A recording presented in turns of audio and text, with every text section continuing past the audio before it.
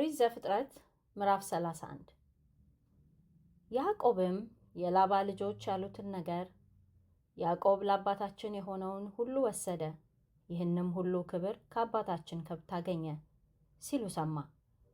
ያዕቆብም የላባን ፊት አየ፣ እነሆም ከእርሱ ጋር እንደ ድሮ አልሆነም።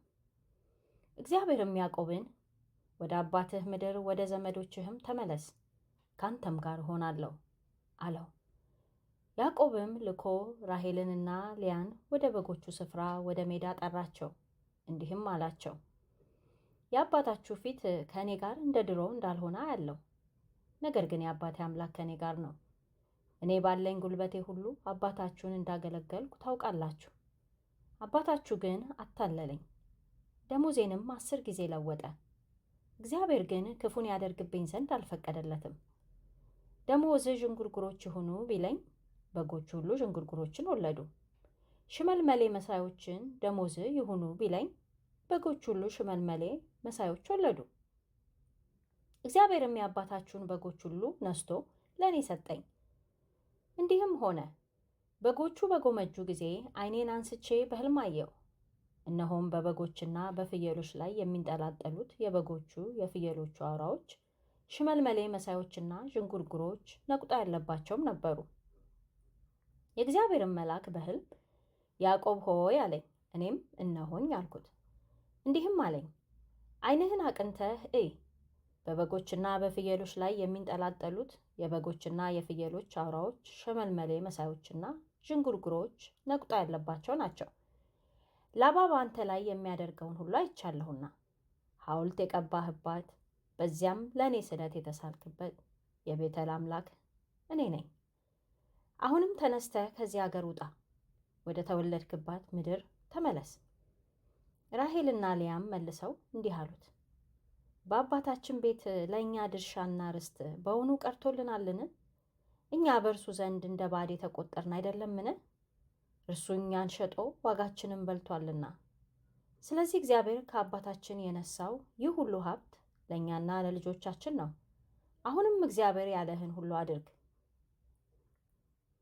ያዕቆብም ተነሳ፣ ልጆቹና ሚስቶቹንም በግመሎች ላይ አስቀመጠ።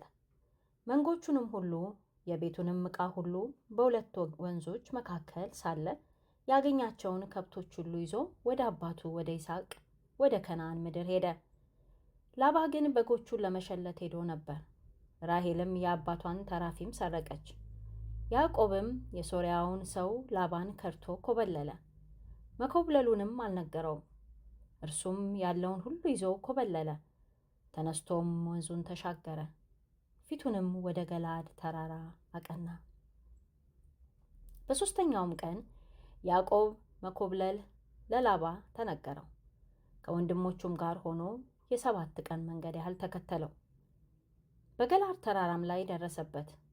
እግዚአብሔርም ወደ ሶርያው ሰው ወደ ላባ በሌሊት ሕልም መጥቶ ያዕቆብን በክፉ ነገር እንዳትናገረው ተጠንቀቅ አለው። ላባም ደረሰበት።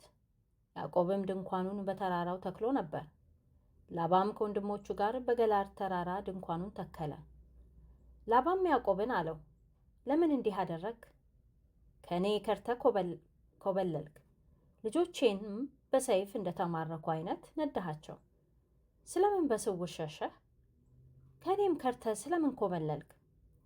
በደስታና በዘፈን በከበሮና በበገና እንድሰድህ ለምን አልነገርከኝም? ወንዶቹና ሴቶቹን ልጆቼን እንድስም ስለምን አልፈቀድክልኝም? ይህንንም በስንፍና አደረግ። ክፉ አደርግባችሁ ዘንድ ኃይል ነበረኝ። ነገር ግን የአባታችሁ አምላክ ትናንት ያዕቆብን በክፉ ነገር እንዳትናገረው ተጠንቀቅ ብሎ ነገረኝ። አሁንም የአባትህ ቤት ከናፈቀ ሂድ። ነገር ግን አምላኮቼን ለምን ሰረቅ? ያዕቆብም መለሰ፣ ላባንም እንዲህ አለው፣ ልጆችህን ከእኔ የምትቀማኝ ስለመሰለኝና ስለፈራው ይህን አደረግኩ። አምላኮችህን የምታገኝበት ሰው ግን እርሱ ይሙት።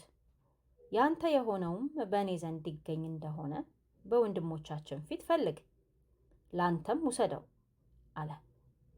ራሔል እንደሰረቀቻቸው ያዕቆብ አያውቅም ነበርና። ላባም ወደ ያዕቆብ ድንኳንና ወደ ልያ ድንኳን ወደ ሁለቱም ባሪያዎች ድንኳን ገባ፣ ነገር ግን አላገኘም። ከሊያም ድንኳን ወጥቶ ወደ ራሔል ድንኳን ገባ። ራሔልም ተራፊምን ወስዳ ከግመል ኮርቻ በታች ሸሸገች፣ በላዩም ተቀመጠችበት። ላባም ድንኳኑን ሁሉ ፈለገ፣ አንዳችም አላገኘም። እርሷም አባቷን በፊትህ ለመቆም ስላልቻልኩ አትቆጣብኝ፣ በሴቶች የሚደርስ ግዳጅ ደርሶብኛልና አለችው። እርሱም ፈለገ፣ ነገር ግን ተራፊምን አላገኘም። ያዕቆብም ተቆጣ፣ ላባንም ወቀሰው።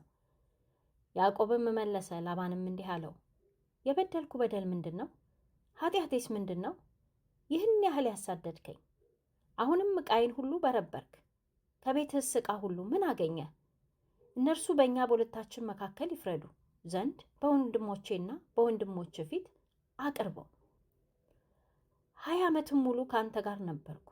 በጎችህና ፍየሎችህ አልጨነገፉም፣ የመንጎችህንም ጠቦቶች አልበላሁም። አውሬ የሰበረውን አላመጣውልህም። እኔ ስለ እርሱ እከፍልህ ነበርኩ። በቀንም በሌሊትም የተሰረቀውን ከእጄ ትሻው ነበር። የቀን ሐሩር የሌሊት ቁር ይበላኝ ነበር፣ እንቅልፍም ከዓይኔ ጠፋ። እንዲሁ በአንተ ቤት 20 ዓመት ነበርኩ። 14 ዓመት ስለ 2 ሴቶች ልጆች፣ 6 ዓመትም ስለ በጎች ተገዛውልህ። ደሞዜን 10 ጊዜ ለዋወጥከው። የአባቴ የአብርሃም አምላክ የይስሐቅም ፍርሃት ከእኔ ጋር ባይሆንስ ዛሬ ባዶ እጄን በሰደድከኝ ነበር። እግዚአብሔር መከራዬንና የእጆቼን ድካም አየ፣ ትናንትም ገሰጸ።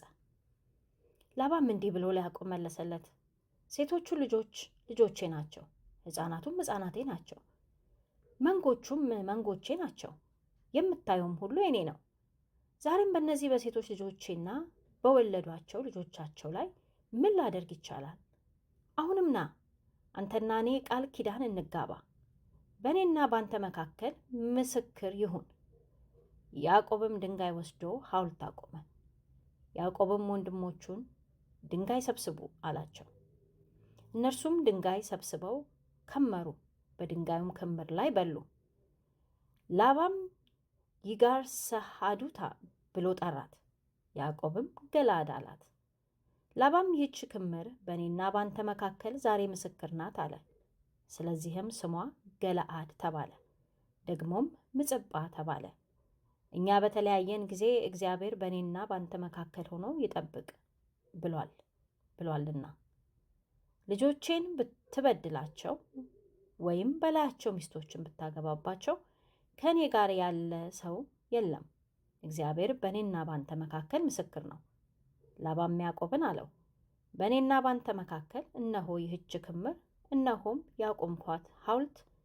እኔ ወደ አንተ ይህችን ክምር እንዳላልፍ፣ አንተም ለክፋት ወደ እኔ ይህችን ሐውልት እንዳታልፋት። ይህች ክምር ምስክር ናት፣ ይህችም ሐውልት ምስክር ናት። የአብርሃም አምላክ የናኮርም አምላክ የአባታቸውም አምላክ በእኛ መካከል ይፍረድ። ያዕቆብም በአባቱ በይስሐቅ ፍርሃት ማለ። ያዕቆብም በተራራው ላይ መሥዋዕትን ሰዋ፣ ወንድሞቹንም እንጀራ እንዲበሉ ጠራ። እነርሱም እንጀራን በሉ፣ በዚያም በተራራ አደሩ። ላባም ማልዶ ተነስቶ ወንዶቹንና ሴቶቹን ልጆቹን ሳመ፣ ባረካቸው። ላባም ተመልሶ ወደ ስፍራው ሄደ።